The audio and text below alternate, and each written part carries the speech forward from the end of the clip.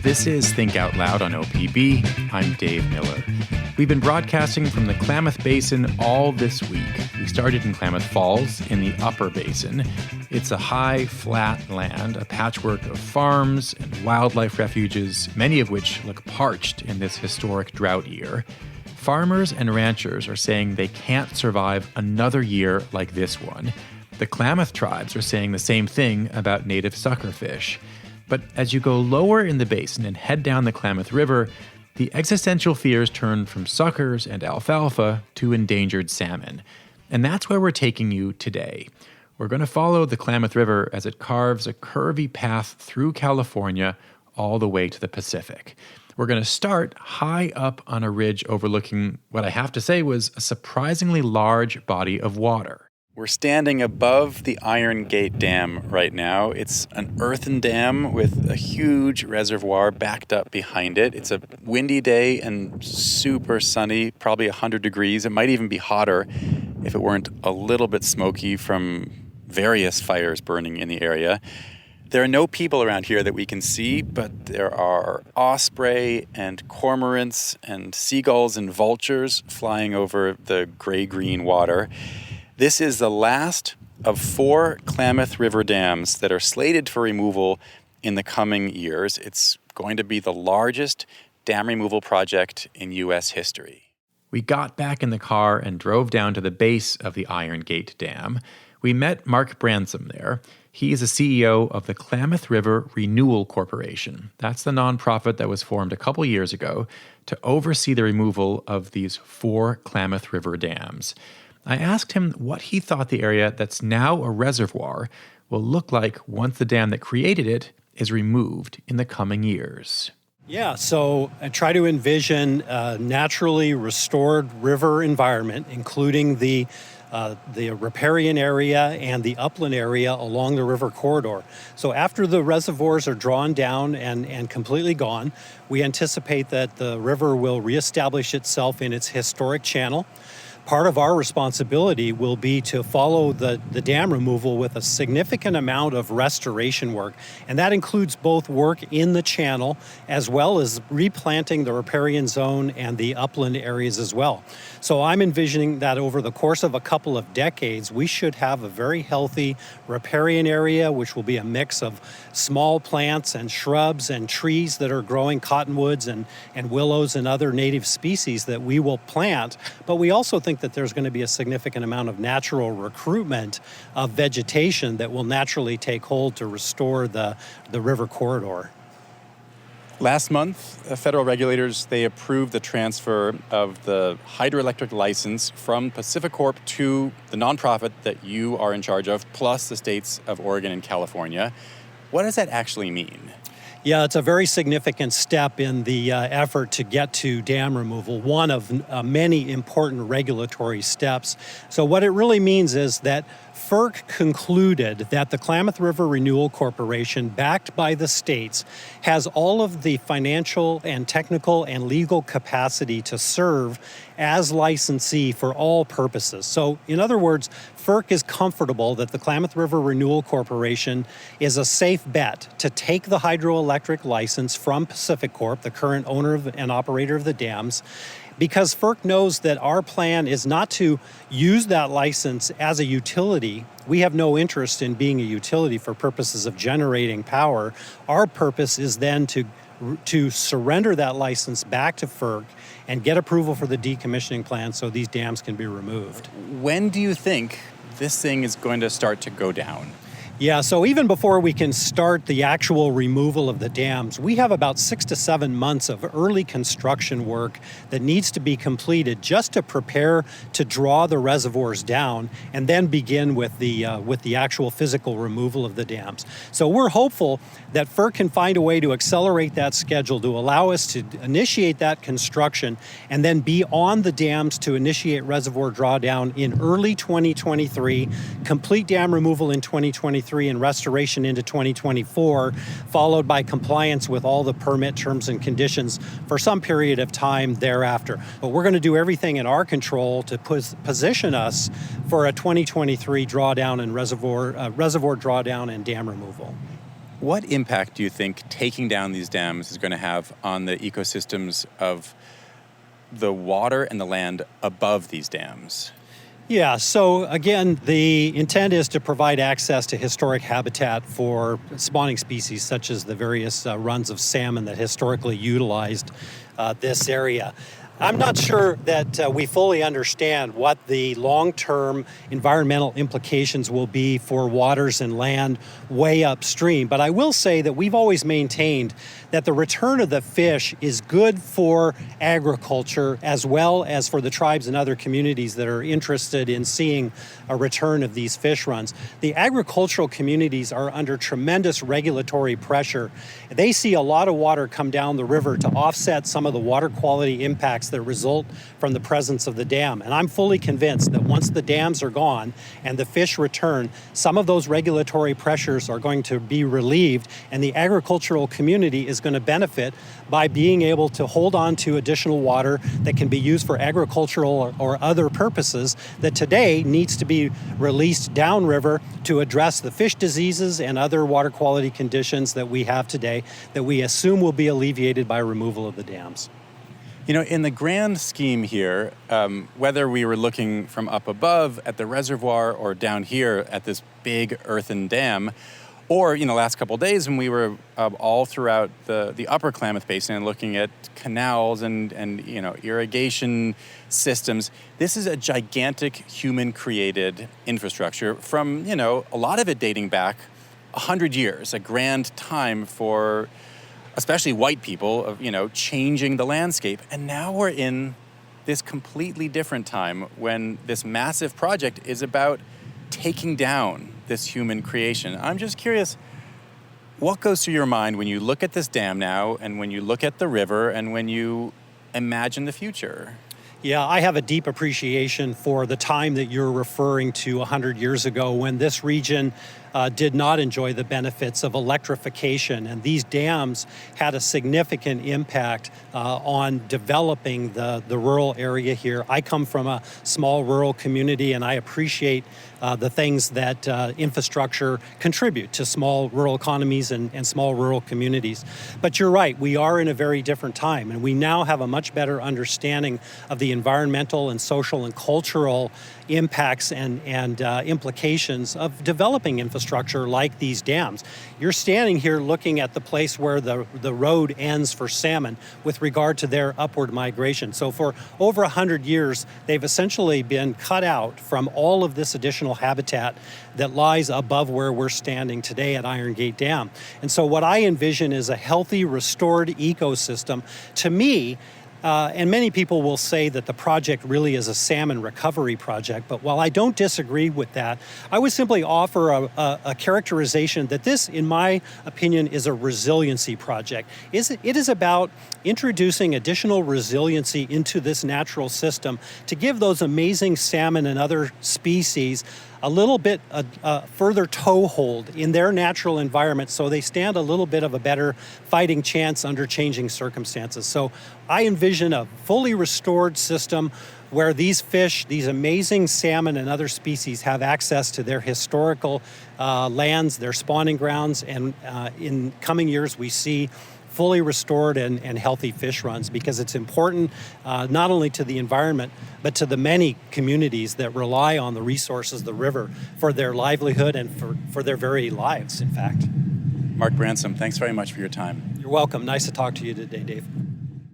Mark Bransom is the CEO of the Klamath River Renewal Corporation. We talked to him at the base of the Iron Gate Dam. We wanted to hear directly from the people he talked about, the people whose lives and cultures are inextricably tied to these salmon. So we drove a windy but gorgeous 2 hours west to Happy Camp in the Coast Range. It was the first time in the whole week that there wasn't smoke in the sky. We met Troy Hockaday in Happy Camp. He's a council member for the Karuk tribe. He took us down to the river. I asked him to describe what we were seeing. Today we're sitting at the mouth of Indian Creek in Happy Camp, California. Indian Creek comes in the Klamath River, as you can see right now. The water flows coming out of Indian Creek right now, what you'd see about the end of August, middle of September. As you know, it's very narrow, very shallow. This creek right here is the home of the spring salmon, which we have not seen up here since, actually just downstream here a little ways. In 1994 is the last spring salmon I ever caught and released, and I have not seen one back here since. I mean, there are a few coming through. Also, the creek's home to the summer steelhead, winter steelhead, and the fall Chinook. It's one of the main temperatories for our fisheries right now. As you see, the fall Chinook are going to have a hard time getting up there to the spawning grounds. Why do you say I can't see that? So what do you see that tells you that? I can tell by just how low it is. If you go up there and look, it's only about 6 inches, 8 inches. And those pools up underneath the bridge should be at least 4 to 5 feet deep right now, and they're not. So we're talking in the middle of July, and you're saying that this looks like what the water should look like in late August or early September. Yes. Just because of the drought waters and no water release from the dams up there right now. Earlier this May, we had a big kill of our salmon releases up there. Our little fish are going back. They bubbled up here on the river. I haven't took the temperature in the river right here lately, but it should be about 70 degrees right now. It should be colder than that at this time of year. We had no snow melt. We didn't have no snow because of the climate change. It's just like the farmers up there. We're working hard with them to, keep water for them, because we also need cattle, potatoes, and stuff to survive. But at the same time, we need our culture to survive, and our fish and everything belong to our ceremonies, what makes us alive, be here. And everybody's hurting. It's just not us. It's the farmers. It's our communities. It's our tribes. It all affects this water. This is our lifeline. The salmon and the river is our lifeline. What are your memories of fishing when you were growing up? Oh, I had some great memories. In the early 70s, when I was little, say about 10, we'd go down our fisheries down at Soames, and an average good year, we'd never catch more than 1,000 salmon to feed our people. 5,000 members. It's, still we're feeding our people. But nowadays, we're not even catching 10. We're barely catching 100. I think last year we didn't even catch 100 salmon for our people. We didn't even have enough salmon for our ceremonies and for our medicine people. Let alone eating, let alone subsistence. Yes. What kind of fishing do you do here? We do traditional dip fishing. It's with 2 fur poles with bows on the end. It looks like a snow cone. And we have a nice small net, about 4 foot. And we go over some rapids, real rough. It's called Ishipishu Falls. Sometimes we put fish ladders in there to get out to them. And you dip into the white water and you hold on to them as much as you can and bring them in. It's not like throwing the net across the river and letting the fish hit a gill net. This is totally different. It's more active. It's more active. It's more dangerous. Is it fun? It's a blast. I've been doing it since I was 10 years old, and I'm 55, and I love it. Do you still do it? I still do it to this day. Huh. In the fall? In the fall, yes, and it's fun. And I just hope I have the opportunity to teach my grandson, who is 3 years old, and I have another one coming in this October, and I hope I'm still around to teach them what my dad and my great uncles taught me. And that they're fish to do it. The fish to do with it, yes. And one thing about fishing our fisheries, since I've been fishing down there's only been like a handful of fishermen for the tribe from certain families that fish for everybody. I mean, yes, people do have the right, but it takes time for the elder fishermen that let you get out on the rocks. They're just not going to just because you have the right to go out to get on rocks. No, you're out there to catch fish for people, and it's a real dangerous job. And not in my lifetime, but in my dad's lifetime, he said he saw probably about 3 people disappear and never come home. I fell in a couple times. It scared me. I mean, I got pulled in a couple times. It's no fun. Your life flashes before your eyes. But when you get all done and everything, you got a sense of pride. You feel, you feel like you did something for your family. And it's like when I go down there in the fall, my first dipping days I go down there, I give everything away. I do not bring nothing home. So I have good luck for when I fish for myself. You mean you give it away to tribal members, to elders? Elders, yes. How do you decide who to give it to first? 90% of the time is probably who's on top of the hill when we get to the top. There's usually a handful of people waiting for you to pack fish up to the top, or they'll send their grandkids down to the bottom and help, get the fish out. And we say, whatever you can pack out, you can have. And then usually there's some of the elders that can't come down that way. We say, hey, we're going fishing today. Would you like a salmon? How many would you like? And when we come home, we make sure they have those fish. Yes. Because the fall run has been somewhat reliable. Yes, but nowadays it's bad. It's real bad. We haven't gave elders any fish for about 5 years. We rarely have fish for our ceremonies. And like we had a ceremony starting last weekend that started, it's called the salmon ceremony down at Clear Creek, which is down the road here a little ways. It just started last weekend, and we had no salmon for that ceremony. What is it? What's a salmon ceremony like without salmon? It's hard because back in the olden days, as I was told growing up, that when nobody fished for salmon on the Klamath River, the Yurok, Hupas, whoever, we did not fish for salmon until the salmon hit Clear Creek. That gave time for the salmon to get far enough upriver so everybody can enjoy it. So that was just a built into the tradition was an understanding of sustainability and of community too. Yeah. I mean, that all the different tribes, peoples that depended on salmon, they would let salmon go upriver, and only when they knew that they'd gone far enough would you fish yourselves. Yeah, we'd just start fishing, yes. But somewhere along the line, that has been forgotten. And my goal as a tribal council member is to protect that last salmon in the Klamath River. And it's for our tribal sovereignty to protect that fish, but also for generations for people on the community. Our community here on the Klamath River, sportsmen, fishermen, we get revenues to our motels, our restaurants, our cafes, our campgrounds. All depends on this river. Our rafting all depends on this river. And some of the rafting companies that are coming here now, the water is so shallow, they don't think at the end of July they'll be able to raft because there's so many barriers, the rocks and stuff. They'll be tearing up their canoes. And even that it's an economic hit to the tribe. Big time. It's all the communities, not just the tribe. Living here and growing up here all my life, this is one of the worst I've ever seen it. I mean, it's sad. I mean, it's heart-filling to see this water like this. I mean, if you don't live here, you don't see it. You don't understand why we're fighting for the water. You don't understand why we're trying to work with the farmers. You don't understand how we're working with the fish and our way of life unless you've been here and seen it firsthand. Yes, you see pictures of the great Klamath River with the rapids and the rafting, but it's not like that nowadays. When they put the dams in back in the 60s, it was a good idea.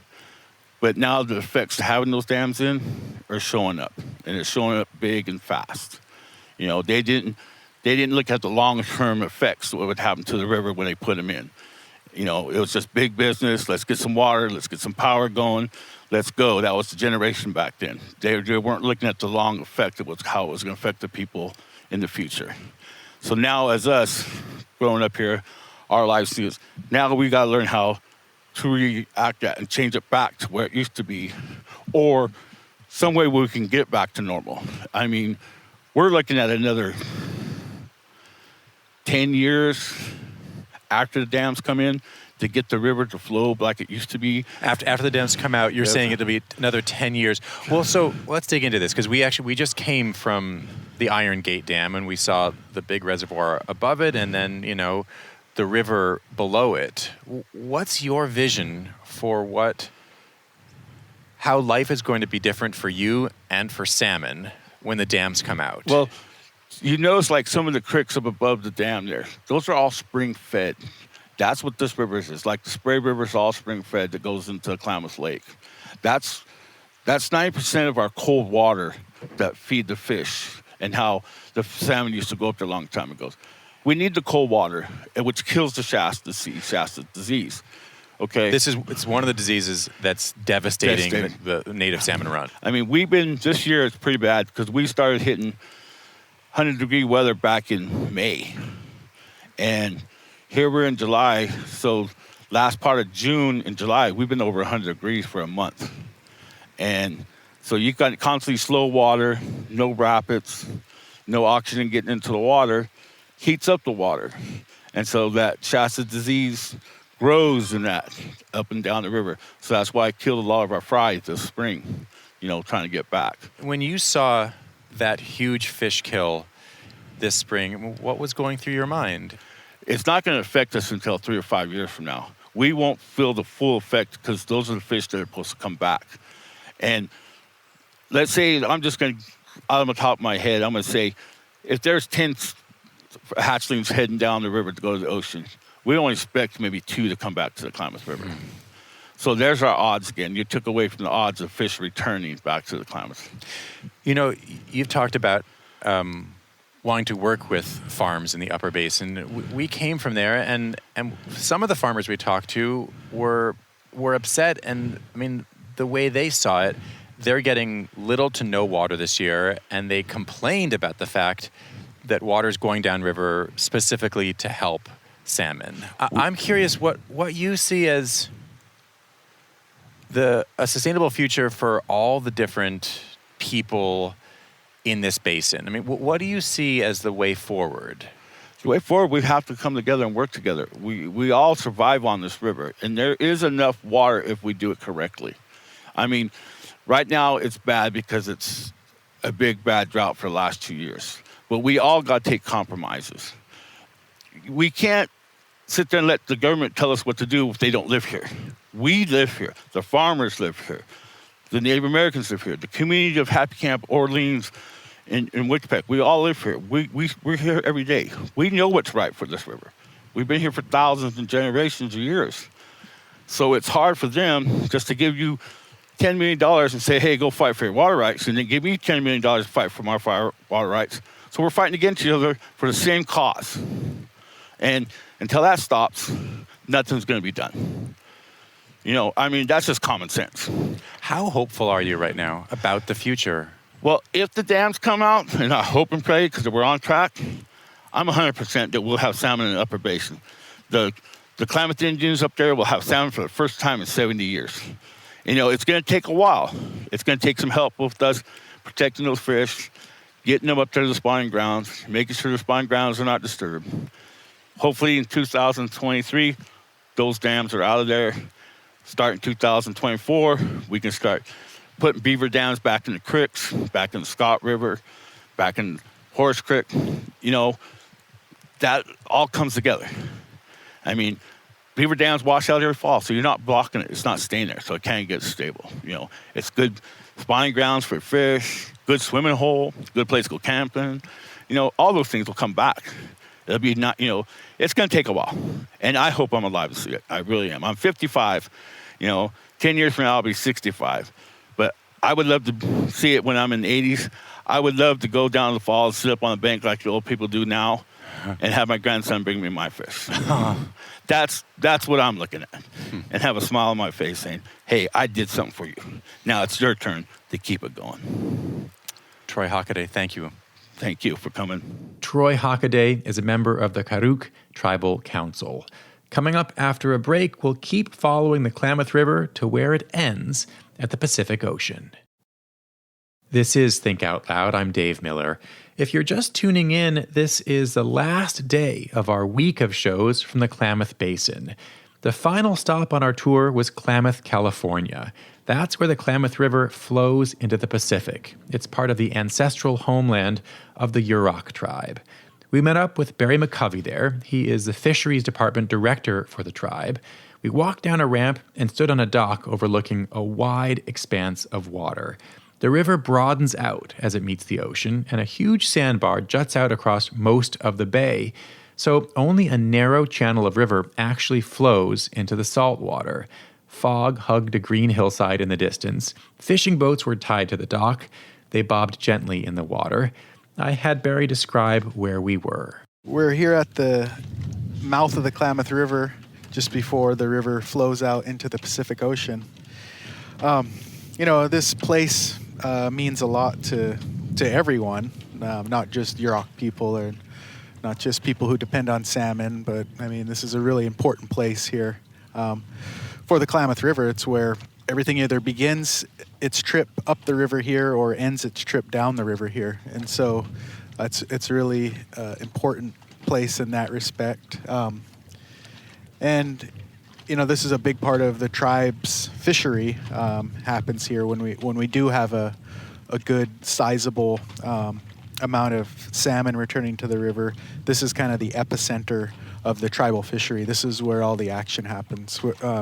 In years where we're fortunate enough to have enough fish to where we can provide tribal members with a commercial fishery, this is kind of where it all happens. So a lot of the infrastructure that you see around here, the hoists and the docks and the processing plant and all the boat ramp, all that stuff is related to the fishery, and this place can be really exciting, and there can be hundreds of people, and there can be a lot happening here. Unfortunately, there haven't been enough salmon coming up the river in the past 6 or 7 years for the tribe to have a commercial fishery, a successful commercial fishery, and in fact there hasn't been enough salmon coming up the river to really even feed the tribe. So it seems pretty sad and barren here now, and that's because it kind of is compared to what it has been in the past and what it could be, and hopefully will be again in the future. What do salmon mean to the Yurok Nation? Well, I've asked that question a lot, and the answer that I generally give has to do with our evolution as Yurok people here on the river and co-evolving with salmon, and them being integral to our survival, and us knowing that since the beginning of time, those fish have been sustainable, and we've always counted on them to provide sustenance and power to us. We're one and the same. The same can be said about the Klamath River itself. It's the vessel that the fish need, and it's the vessel that we need. So the river and the fish are so important to Yurok people. It's said, it's like the air we breathe, and Yurok people can't live without salmon or the Klamath River. And so that's how intertwined into our identity the salmon and the river are. What are the various ways in which life has gotten very hard for salmon? Well, the list is long, and salmon are a resilient species, and so they've dealt with catastrophe throughout their history here on the Klamath, natural disasters, volcanoes, things of that nature, and they've always rebounded and been okay and made it through that type of natural phenomena. When Europeans came, the toll it was exacerbated on fish and the river. The damage is done to the river, and then that in turn affects the fish, with the exception of overfishing, that the overfishing that occurred here in the Klamath and out in the ocean. But in general, a lot of the problems that we're seeing now is damage that's been done to the river. And so it started, with gold mining. And for many, many decades, there was extreme gold mining, hydro mining, where they would, blow a hillside down, dredge mining, where they would move the entire channel of a tributary to the Klamath, or even the main stem of the Klamath River, just destroying habitat, destroying spawning grounds. And then dams went in, on the upper Klamath, and basically cut the basin in half, and just, in the blink of an eye, from one fish run to the next, they were no longer able to access, hundreds and hundreds of miles of habitat that they had been accessing for millions and millions of years. Another severe impact was water diversions. So this is the Klamath Irrigation Project, and so water isn't just diverted out of basin; it's diverted within basin to irrigation projects, and that water isn't allowed to flow down the river when it needs to be in the river. We got logging, the logging industry, the timber industry came, did a lot of damage on the upslope. There's other forest management issues that are hard on the river and hard on fish. Fire management is a big one for millennia, thousands and thousands of years. Indigenous people in the Klamath Basin managed the uplands and managed the forests with prescribed fire, and that came to an end. And so now we see instead of low intensity beneficial wildfires, we see these catastrophic, deadly, destructive wildfires in the basin, and that causes excess sediment. It's almost, I mean, it's like you can tell the history of the last couple hundred years by talking about salmon. Yes, yeah. One of the big efforts that the Yurok tribe, and if I'm not mistaken, along with the Hupa and Karuk as well, is major restoration projects within the river. And this is before the 4 dams are expected to come out in the coming years. What have you already been doing to try to make habitat better for salmon? Yeah. So the tribes of the basin, along with partners, have been working tirelessly to restore salmon habitat in the Klamath Basin.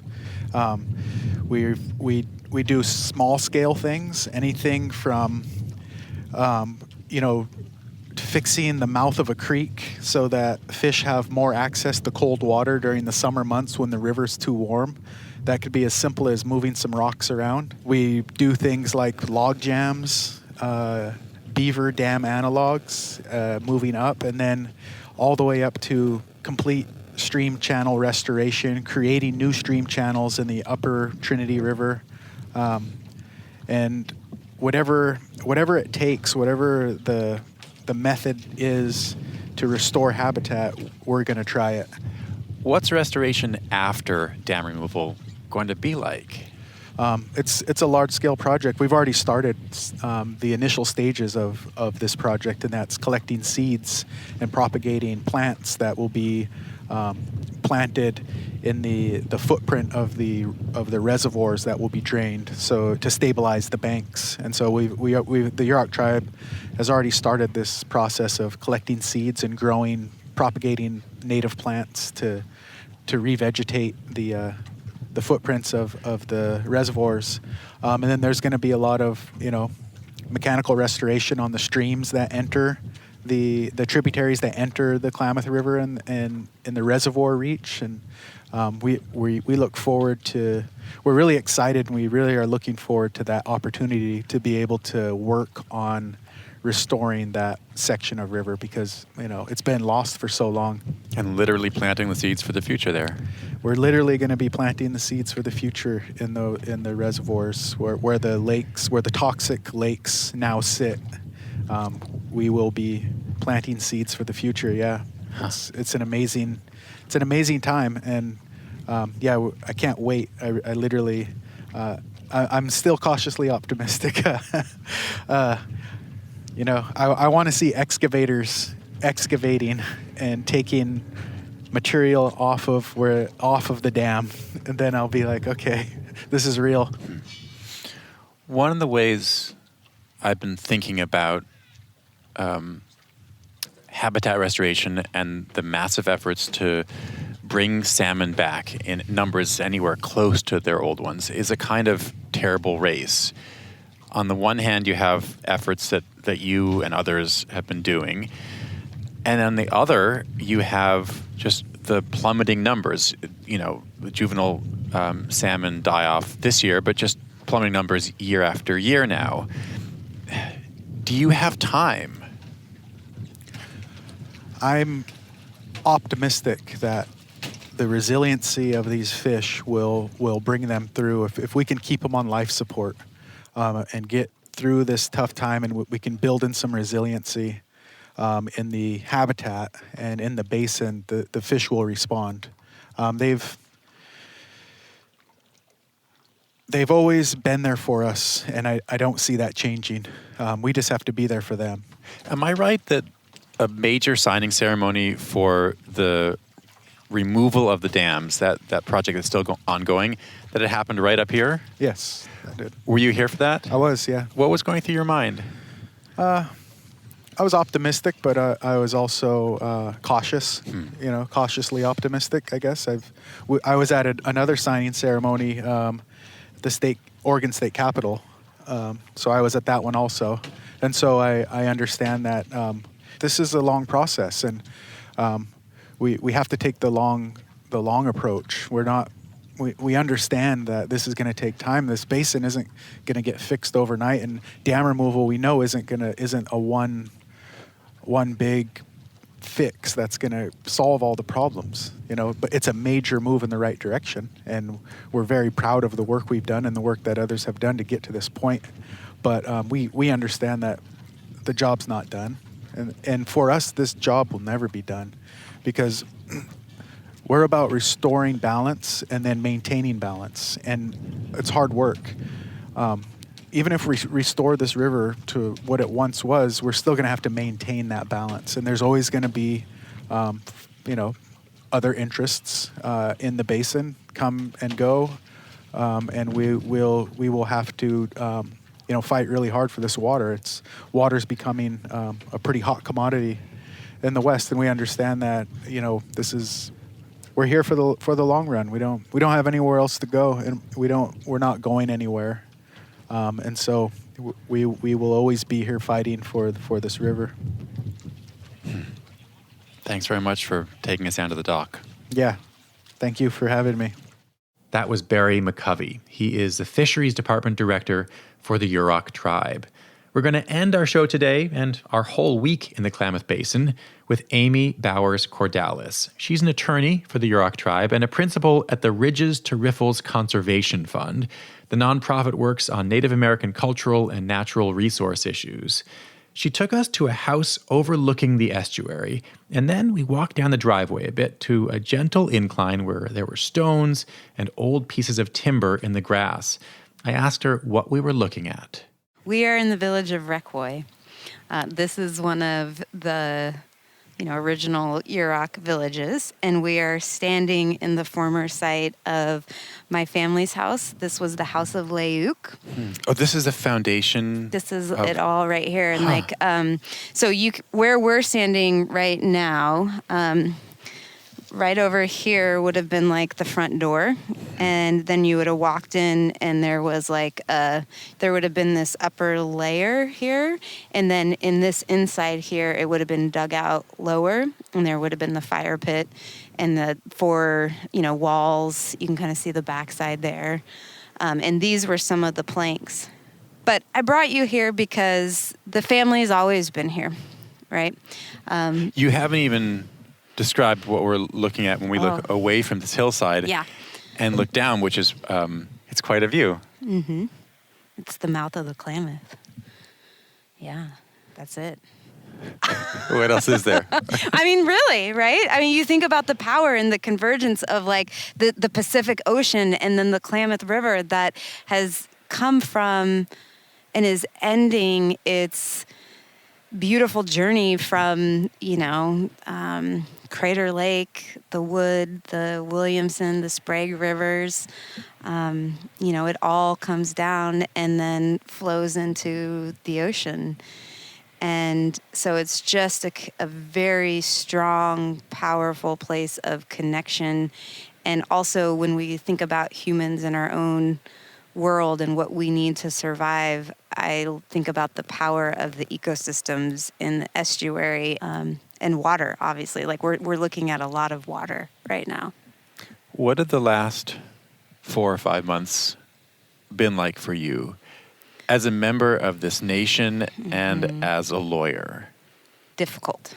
As a member of the nation, we started getting really bad forecasts in terms of rain and what we thought was going to come. And so we knew that we were headed into a bad year. And then it just got worse and worse as time progressed. We kept praying for rain. We kept asking for rain. No rain came. And then the fish started dying, right? And we know how to stop the baby fish from dying. We need more water to flush out fish disease. And so we started advocating for that and, ultimately didn't get any water. When you say we started observing the baby fish dying, did you come down here? I mean, you saw the die-offs yourself? My family was just fishing last weekend. We're fishing for the adult salmon, and we were gill netting. And when we were checking gill nets, we pulled up a few, inch-long baby salmon. And that's kind of how it's been, is like people out on the river fishing, there's just baby dead fish in the water. And so when you're out there, they come up, you catch them. So it's very real. Yeah, it's very, very real. And that's incredibly hard for us to watch, knowing we did everything that we could to advocate for that water and we still didn't get it. And there's nothing else you can do to protect those fish. Right. And I think one of the hardest things, and this kind of goes back to my experience as both tribal member and lawyer, is we advocated as hard as we could. And when you fail, that is heartbreaking, right? But then you also understand the implications as a lawyer and looking at this from like a law perspective. It's a very significant injustice because the tribe's fishing rights require fish. You have to have fish to exercise the right to fish. And the tribal fishing right is based in, the treaties and the executive orders, which create these supreme senior water rights, fishing rights. They're the supreme law of the land. And so they should have been protected. And so it's this great injustice, not only from just like an environmental perspective, environmental justice type perspective, racial justice type perspective, but it's also like a biological catastrophe and a cultural catastrophe on top of that. You have a 6-year-old? I have he just turned 9. I have a 9-year-old, a 5-year-old, and a 1-year-old. How do you all boys? How do you talk to your 5-year-old and your 9-year-old about these issues? So, an example, we went out fishing in maybe May, like late May, and had set a net, and we're hoping to catch some spring salmon. And, put the net in the water, spent the afternoon fishing and, checked the net, and there were no fish, right? And so there was no fish to be caught. And so my 5-year-old, Keen, asked me, like, Mom, why aren't there any fish in the river? And of course, I know there's no fish in the river because there's such a small percentage of the spring run left that, like, the likelihood of actually catching anything is really small because there's not a lot of fish there. But I don't want to say that to him because I want him to inherit the river that I did, which was in much better, condition when I was coming of age. And one of the things that was sort of a great sense of pride and legacy and excitement was like being able to go down to the river and catch fish. And like, you just had so much fun and you knew like you were going to put your net in the water and you're going to get to fish and you would catch this slimy thing. And, the river's healthy. And my view of the river growing up was like, it was this healthy place that I could go to for what I needed. I want him to know the river that way. Mm-hmm. And he's too young to to understand otherwise. So when he asked me why there weren't any fish in the river, I just said, well, sometimes fishing's that way and you just keep trying, because I want him at this point to have those informative experiences on the river of understanding its bountiness and creating his relationship in a way that demonstrates the power and, gives the due respect that this place deserves. What's your vision for a sustainable way forward? I think we really have to ask, what does sustainable agriculture look like at the top of the basin? And what does sustainable water use look like? The status quo is not working for anybody. And that's evident in the status of all of our communities. You know, the farmers aren't doing well. We're not doing well. I would argue the communities in between, too, are suffering. And so continuing this current, like, management regime where, you know, the project is over 200,000 acres, you know, the river is essentially getting the bare minimum flows just required to keep it on life support. Like, that's not working for anybody, you know? So so what we're interested in is figuring out like partnerships and programs and agreements to help transition from status quo to sustainability. And I think, you know, the politics of the basin right now, with some of the more extreme, conservative folks being there now just makes it even worse. You know, one of the reasons I wanted to take you here is because I think it's really important that we're in this place of like where Yurok people came from, you know, and how we would live is from this house, we would go down there and we would fish, you know, and there were fish in the river all year round, right? And so you would have what you would needed. We had water, the river was healthy, there were fish. And when the reservation was created, all of those rights were reserved, right? And vested in federal law, you know?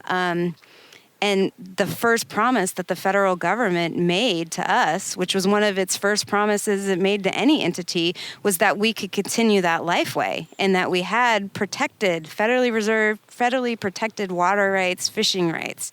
And those rights are supreme to the irrigators, you know? And just because they've laid dormant for how long doesn't mean that they don't exist, you know? And we're at a time where there's like a lot of racial reconciliation, environmental justice happening, and we can't continue as a nation to ignore that these historic rights exist. Right? I mean, that's just not the path forward. So we sort of need to just get on with it and, you know, stop making these arguments of like, well, we own all the water or we have all these state-based rights. Sure, you have a state-based right, but it's subject to federal law.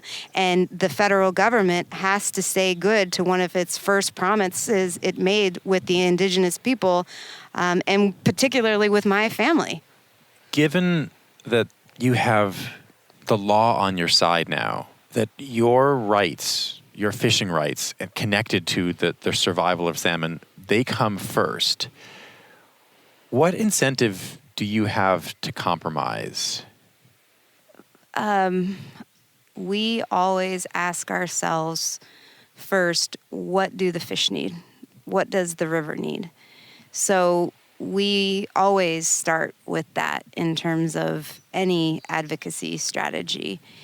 And I think where there's compromise is that right now the river is super unhealthy because of the dams, because of all the runoff from the project, you know, the agricultural runoff, because of bad habitat throughout the whole basin. Like there are all kinds of things that are making the river sick. You know, we've used the land from here all the way to the very, very headwaters as sort of a industrial machine, you know, and we haven't taken care of any of the ecosystem. And so when you start putting the pieces back together and making it more healthy, dam removal, for example, that is going to have tremendous ecological benefit to the whole river system.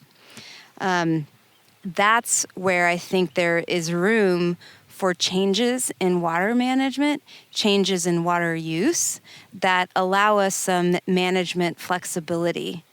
I hear the narrative from the irrigators in your guys' questions of like, it's us versus them, or what's the compromise, or they've won. And we don't see it that way at all. We see it as, okay, we're all here, it's 2021, like, how do we make this sustainable? And so that's my point of like, when we start taking care of the river, when we, and I mean, the, you know, the tribs, the, you know, above upper Klamath Lake, like, the river starts getting more healthy, and then we can have some flexibility about management. In the coming years, it looks like 4 dams on the Klamath River are going to be taken down, and restoration work that's already been going on for years will accelerate above and below those dams. Yeah. If that happens and we come back here and visit you in your great grandparents and grandparents' place, your family land, what do you want us to see? What do you want to be able to show us 15 years from now? I love 20 that years question. from now? I love that question because it's essentially what what the previous generations of my family would have seen from this exact spot. So looking out into the estuary, I want to be able to see Yurok people fishing. I want to see, the boats with, a gill net attached to it. And I want to see multiple generations of a family sitting in the boat or, camping along this river bar with a fire in their fish camp. And I want to see, the kids pull out a fish and catch it and then have the dad or the uncle or the mom or the auntie show them how to clean it and put it in ice so that it's all taken care of. I want us to have that opportunity of doing what my ancestors have always done. So I'd want to see just a healthy ecosystem. Mm-hmm. Thank you so much for taking us here. Wow. Thank you for coming. It's a pleasure. Amy Bowers-Cordalis is an attorney for the Yurok tribe and a principal at the Ridges to Riffles Conservation Fund. Thanks so much to everybody we talked to this week. Everyone we talked to shared their stories and struggles and hopes for the Klamath Basin with patience and generosity. You can see pictures of a lot of the people we talked to on our website, opb.org/thinkoutloud. If you don't want to miss any of our shows, you can listen on the NPR One app, on Apple Podcasts, or wherever you get your podcasts. Our nightly rebroadcast is at 8 p.m. Thanks very much for tuning in to Think Out Loud on OPB and KLCC all this week. I'm Dave Miller. We'll be back on Monday. Think Out Loud is supported by Steve and Jan Oliva, the Rosie Tucker Charitable Trust, and Michael and Kristen Kern.